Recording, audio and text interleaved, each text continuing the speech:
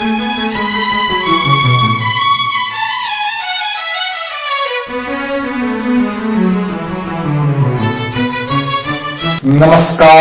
नमस्कार दोस्तों, आप सभी का स्वागत है हमारे YouTube चैनल ज्ञान गंगा जीके में। दोस्तों, आप सभी से रिक्वेस्ट है, कृपया चैनल को सब्सक्राइब कीजिए और शेयर कीजिए और साथ में इसके कमेंट भी कीजिए।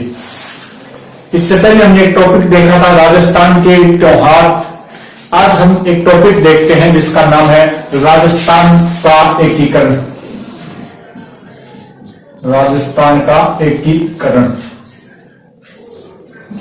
राजस्थान का सबसे सरल टॉपिक, राजस्थान का सबसे अगर कोई सरल टॉपिक है तो वो है राजस्थान का एकीकरण।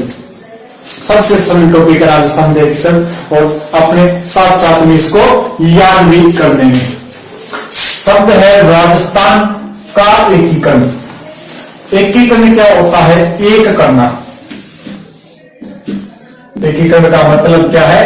एक करना, यानी किसी भी चीज का अगर अलग अलग बिखरी हुई है तो उसे एक करना ही क्या कहलाएगा? आपके एकीकरण कहलाएगा।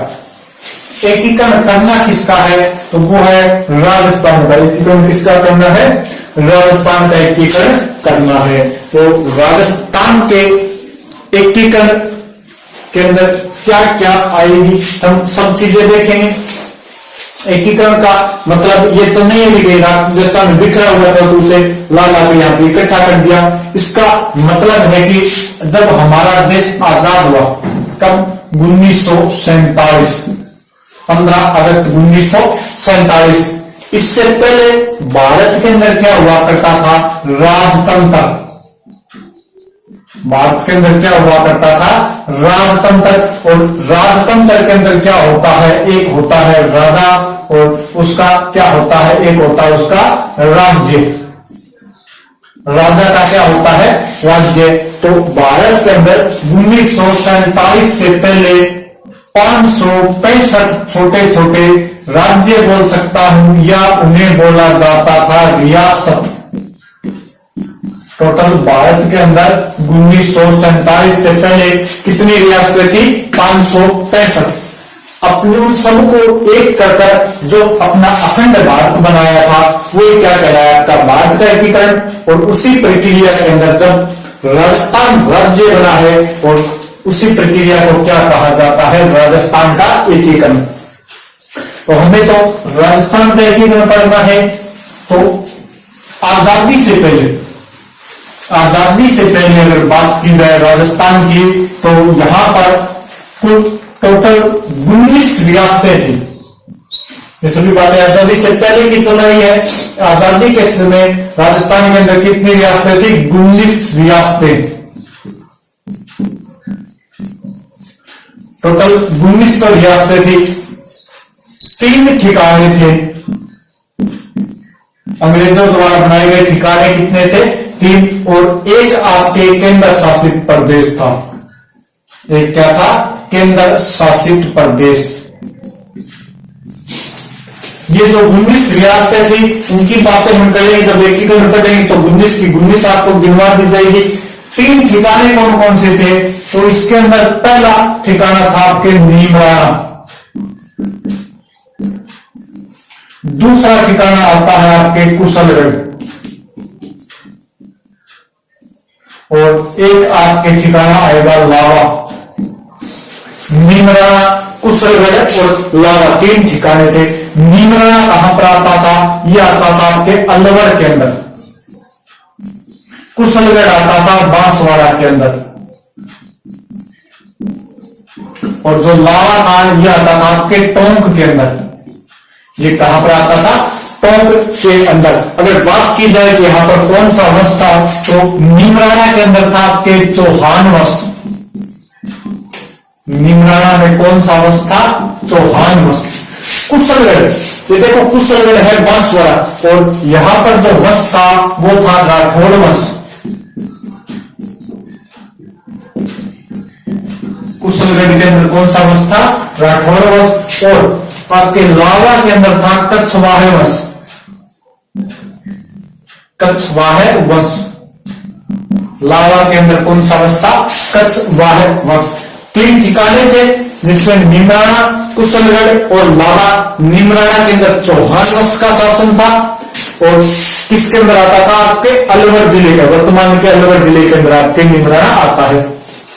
कुशलगढ़ ये आपके बांसवाड़ा जिले के अंदर था और यहाँ पर कौन से राजपूत थे? यहाँ पर राठौर राजपूतों का शासन था। लावा ठिकाना टोंक के अंदर आता है और यहाँ पर कौन से राजपूत थे? आपके कछवाह। कछवाह की एक शाखा होती है नरुका। नरुका शाखा का यहाँ पर क्या था? शासन था। एक केंद्र शासित प्रदेश और इसका नाम था अजमेरवाड़ा। अजमेरवाड़ा वर्तमान में जिसे अपने अजमेर के नाम से जाना जाता है, ये था अजमेरवाड़ा। और यहां पर जो शासन था वो था सीधा अंग्रेजों का। अजमेरवाड़ा पर किसका शासन था? अंग्रेजों का। और 19 बच गई आपके रियासतें। 19 क्या बच गई?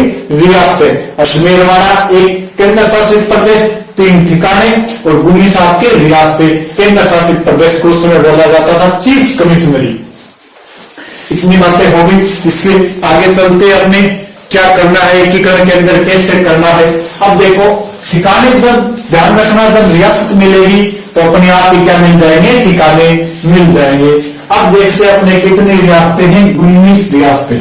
यानी यहां पर कितने राजा है? 19 राजा।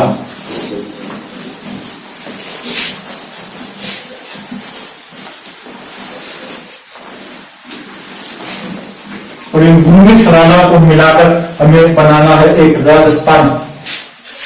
अगर बात की जाए एकीकरण की सबसे पहले तो ये 1935 के अंदर 1935 के अंदर अंग्रेजों ने एक कानून लाए थे जिसका नाम था भारतीय शासन अधिनियम या भारत शासन अधिनियम।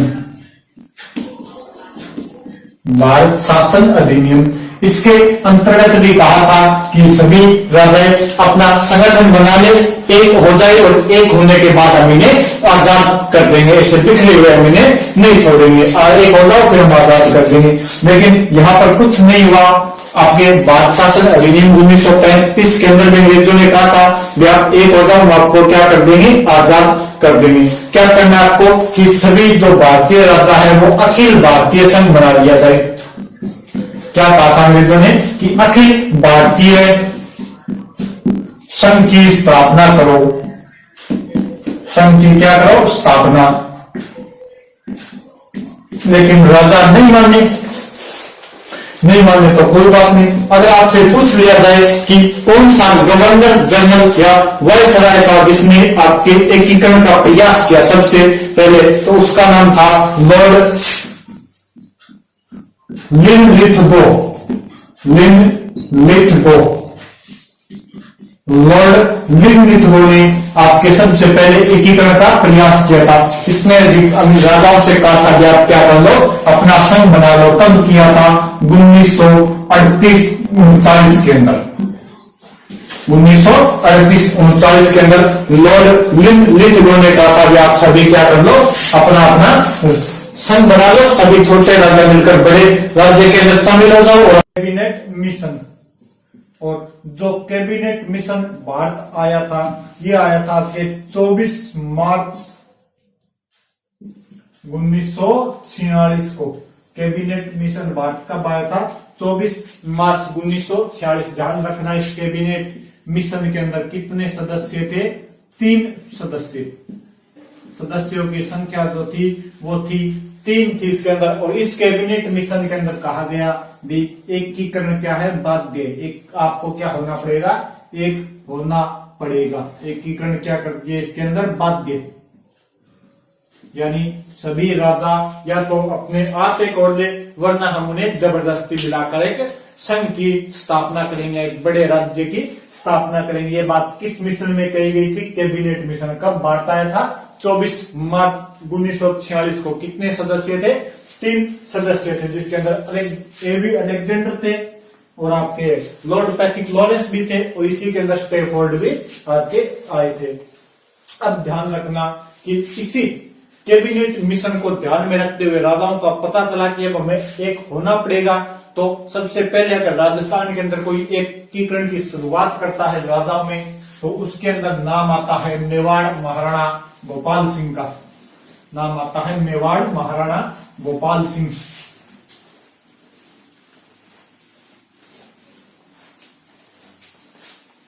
और मेवाड़ महाराणा गोपाल सिंह यानी पहला प्रयास, राजाओं का पहला प्रयास की अगर बात की जाए तो 25-26 जून 2 दिन की बात है 1946।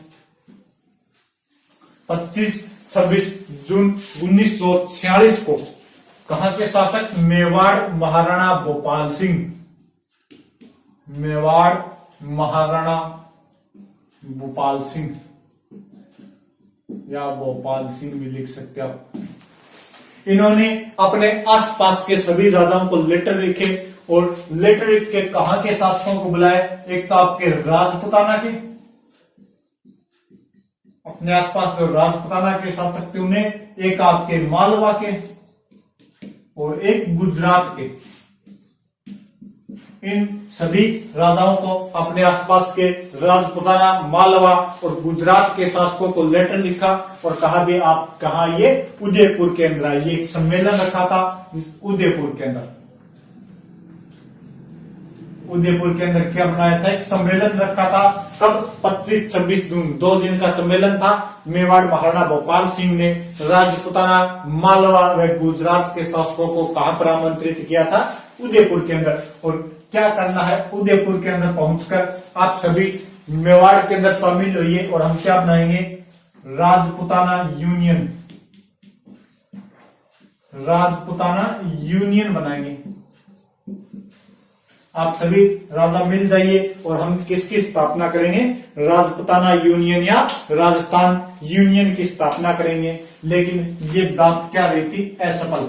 राजाओं ने सबने हाँ भर ली, लेकिन अपने अपने क्षेत्रों में जाकर उन्होंने मना कर दिया। इसके पीछे अपने राजाओं का क्या था? आपसी स्वार्थ था। इसके बाद में एक और कोशिश की थी इन्हीं मेवाड़ महाराणा गोपाल सिंह ने, वो की थी 23 मई 1947 को। इनके एक संवैधानिक सलाहकार थे के एम मुंशी, कन्हैया लाल माणिक्य लाल मुंशी। के एम मुंशी के सुझाव पर मेवाड़ महाराणा गोपाल सिंह ने वापस इन्हीं राजाओं को बुलाया था, लेकिन इसके अंदर भी कोई बात नहीं बनी। कुछ कहते हैं इसके अंदर कोई आए नहीं थे। बात यह है कि कुल मिलाकर जो मेवाड़ महाराणा गोपाल सिंह ने प्रयास किया था, वो प्रयास क्या रह गया? आपके असफल। क्या रह गया? प्रयास पूरा का पूरा असफल। तो अगर आपसे पूछ लिया जाए कि राजस्थान यूनियन या राजपुताना यूनियन बनाने के लिए किसने प्रयास किए थे, तो वो किए थे आपके मेवाड़ महाराणा गोपाल सिंह ने। किन्होंने किए थे? मेवाड़ महाराणा गोपाल सिंह ने। इसके बाद में जयपुर वालों ने भी प्रयास किया, और जो जयपुर का शासक था, दूसरा प्रयास किन्होंने किया था? जयपुर रियासत ने। जयपुर रियासत ने। और जयपुर का जो शासक था उसका नाम था सवाई मान सिंह। सवाई मान सिंह सेकंड। और इन्होंने क्या किया था? इनके जो प्रधानमंत्री थे वीटी कृष्णामाचारी। वीटी कृष्णामाचारी और सवाई मान सिंह और वीटी कृष्णामाचारी ने मिलकर अपने आसपास के राजाओं को बुलाया, जिसके अंदर आपके प्रमुख आते हैं अलवर के राजा, अलवर प्लस करौली। इन्होंने कहा था अलवर और करौली को किस में मिला दिया जाए? जयपुर में मिला दिया जाए। क्या कहा था? अलवर प्लस करौली को किस में मिला दिया जाए? जयपुर में मिला दिया जाए और अपना एक बड़ा संघ बना लिया जाए। लेकिन ये बात भी क्या रहेगी? असफल, क्योंकि अलवर और करौली किस में नहीं मिलना चाहते थे? आपके जयपुर में नहीं मिलना चाहते थे। और भी राजाओं ने प्रयास किए, जिसके अंदर अपना अगला प्रयास आएगा डूंगरपुर के महाराजा लक्ष्मण सिंह का।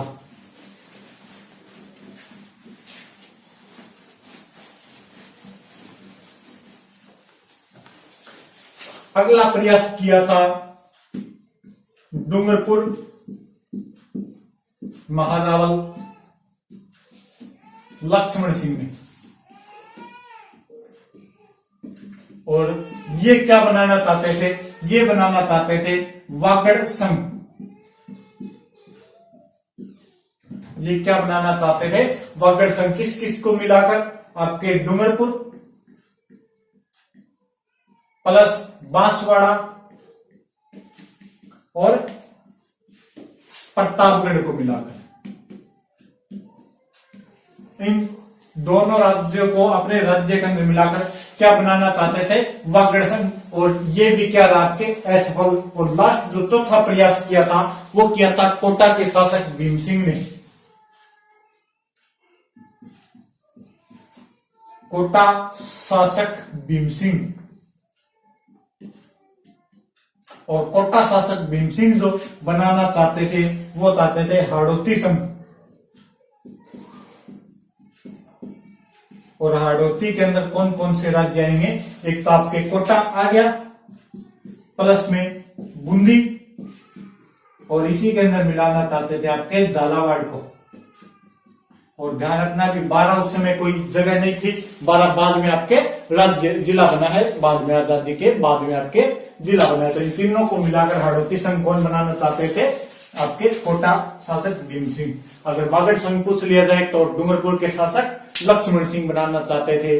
अगर राजस्थान यूनियन पूछ लिया जाए तो मेवाड़ महाराणा गोपाल सिंह। और जयपुर के अंदर अलवर और करौली को कौन मिलाना चाहते थे?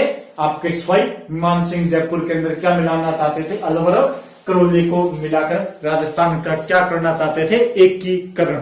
क्या करना चाहते थे? राजस्थान का एकीकरण। अब जब राजाओं ने ये सब बातें नहीं मानी तो फिर सरकार को कुछ न कुछ करना था। और भारत सरकार ने 5 जुलाई 1947 को क्या कर दिया? रियासती विभाग की स्थापना। क्या कर दी? 5 जुलाई 1947 को रियासती विभाग की स्थापना।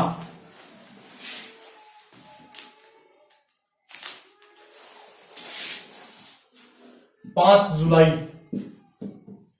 ये ध्यान कर लेना भी 1947 को क्या किया? भारत सरकार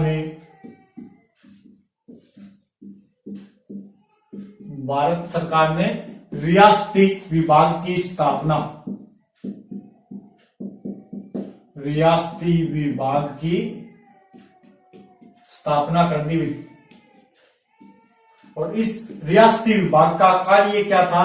क्या करना? एकीकरण करना। ये रियासती विभाग का करा था एकीकरण। और इसके जो प्रमुख बनाए गए थे उनका नाम था सरदार पटेल, सरदार वल्लभ भाई पटेल। और इनके जो सचिव थे उनका नाम था वीपी मेनन। वीपी मेनन इनके सचिव हुआ करते थे। और इनके प्रमुख कौन थे? सरदार पटेल, जिन्हें हम भारत का आयरन मैन या लोहा मैन के नाम से जानते हैं। तो रियासती विभाग की स्थापना कब कर दी? 5 जुलाई 1947 को। और इसके अंदर भारत सरकार ने कहा भी वो ही रियासतें स्वतंत्र रह सकती है। शर्त क्या रखी थी इसकी? कि वो ही रियासतें स्वतंत्र रह सकती है जिनकी आय कितनी है? 1 करोड़। और जनसंख्या होनी चाहिए आपके 10 लाख। 1 करोड़ या 1 करोड़ से अधिक तो आपकी आय होनी चाहिए। और 10 लाख या उससे अधिक आपकी क्या होनी चाहिए? जनसंख्या। तभी आप स्वतंत्र रह सकते हो, वरना आपको किसी न किसी राज्य के अंदर मिलना ही पड़ेगा। अब इस शर्त को मानने वाले, इससे पहले एक और घटना घटती है। इससे पहले घटना घटती है कि जब 5 जुलाई 1947 को भारत सरकार ये अधिनियम लेकर आई, इसका नाम था रियासती विभाग। और अब अंग्रेज राजाओं ने कहा भी हम कोई भी फैसला नहीं कर सकते, क्यों नहीं कर सकते? क्योंकि उन्होंने याद दिलाया सहायक संधि और अधीनस्थ संधियों को याद दिलाया। और कहा भी हमारी तरफ से तो जो भी फैसला करेंगे वो कौन करेंगे? अंग्रेज। तो अंग्रेजों ने एक अधिनियम पारित किया अपने राजाओं को मुक्त करने के लिए। कब? 18 जुलाई 1947 को अंग्रेजों ने एक अधिनियम पारित किया जिसका नाम था भारत शासन अधिनियम। स्वतंत्रता अधिनियम, स्वतंत्रता अधिनियम, जिसका नाम क्या था, भारतीय स्वतंत्रता अधिनियम पारित किया तब 18 जुलाई 1947 को, और अपनी रियासतों को कहा तलाक तलाक तलाक, आज से आपका और हमारा कुछ लेना देना नहीं है, और अपनी रियासतों को जो सहायक संधियां हुई थी उनसे क्या कर दिया, मुक्त कर दिया। अब अपने राजा खुद सोच सकते थे कि किसमें मिले या किसमें नहीं मिले, अब बात थी अपने राजाओं के ऊपर। अब इस शर्त का पालन करने वाली राजस्थान के अंदर केवल और केवल 4 रियासतें थी। कितनी रियासतें थी, 4 बड़े वाले मगरमच्छ। अब देखते हैं उन 19 रियासतों को कौन सी बचेगी और कौन सी नहीं बचेगी। नए पेज पे देखते हैं। 1 करोड़ आय और आपकी 10 लाख जनसंख्या से इस शर्त को पूरी करने वाली राजस्थान के अंदर कितनी रियासतें थी, टोटल 4, और भारत के अंदर थी 3। भारत के अंदर एक तो थी आपके जम्मू कश्मीर, एक हुआ करती थी हैदराबाद, और एक थी आपके जूनागढ़। 19 रियासत है। इसमें से राजस्थान के अंदर 4 रियासत क्या रह सकती थी, स्वतंत्र। 4 क्या रह सकती थी स्वतंत्र, कौन कौन सी, उदयपुर या मेवाड़, मारवाड़ या जोधपुर, बीकानेर और जयपुर। इन्हें तो आप अलग छोड़ दो। बची कितनी पीछे, ये बचेगी आपके 15 बची हैं। इसमें से एक रियासत थी जैसलमेर, और जैसलमेर निर्भर कर रही थी आपके मारवाड़ के ऊपर कि जिधर भी आपके जोधपुर या मारवाड़ मिलेगा उधर ही कौन मिल जाएंगे, हम मिल जाएंगे। जिधर जोधपुर या मारवाड़ मिलेगा उधर ही हम मिल जाएंगे। बची कितनी, एक और घटा दो, इसमें से कितनी बच गई, 14। और इन 14 रियासतों में अब आगे देखिए होता क्या है कि अलवर प्लस भरतपुर, अलवर प्लस भरतपुर के अंदर हो गए थे आपके सांप्रदायिक दंगे, सांप्रदायिक दंगे, जिसकी वजह से इनका शासन तो भारत सरकार ने पहले ही अपने अंडर में ले लिया था। यानी यहाँ के राजाओं को उठाकर यहाँ पर भारत सरकार का सीधा शासन हो गया था। तो ये 2 और छोड़ो, बची कितनी, 12। और इन 12 में से भी एक रियासत थी जिसका नाम था सिरोही, और इस सिरोही रियासत को सरदार पटेल चाहते थे वे कहां पर मिलाया जाए, बॉम्बे में। उसमें गुजरात नहीं हुआ करता था, बॉम्बे में मिलाना चाहते थे। तो जो बची थी रियासत उसका नाम था 11, और इन 11 रियासतों का ही हमें क्या करना था, एकीकरण। 11 रियासतों का ही क्या करना था, एकीकरण करना था। बाकी तो अपने आप पहले से ही अलग होकर बैठी थी या अलग पड़ी थी, उनके तरफ तो हमें देखना ही नहीं था। इन 11 को ही मिलाना है, और इन 11 को अपने मिलाएंगे कल, और कल देखेंगे एकीकरण के कितने चरण हुए, क्या क्या हुआ पहले चरण में, क्या हुआ लास्ट चरण में, वो अपने कल देखेंगे। और कल राजस्थान का क्या कर देंगे, एकीकरण। तो आप थोड़ा सा इसको शेयर कर दीजिए, कमेंट कर देना, और चैनल को सब्सक्राइब कर लीजिए। Okay, thank you.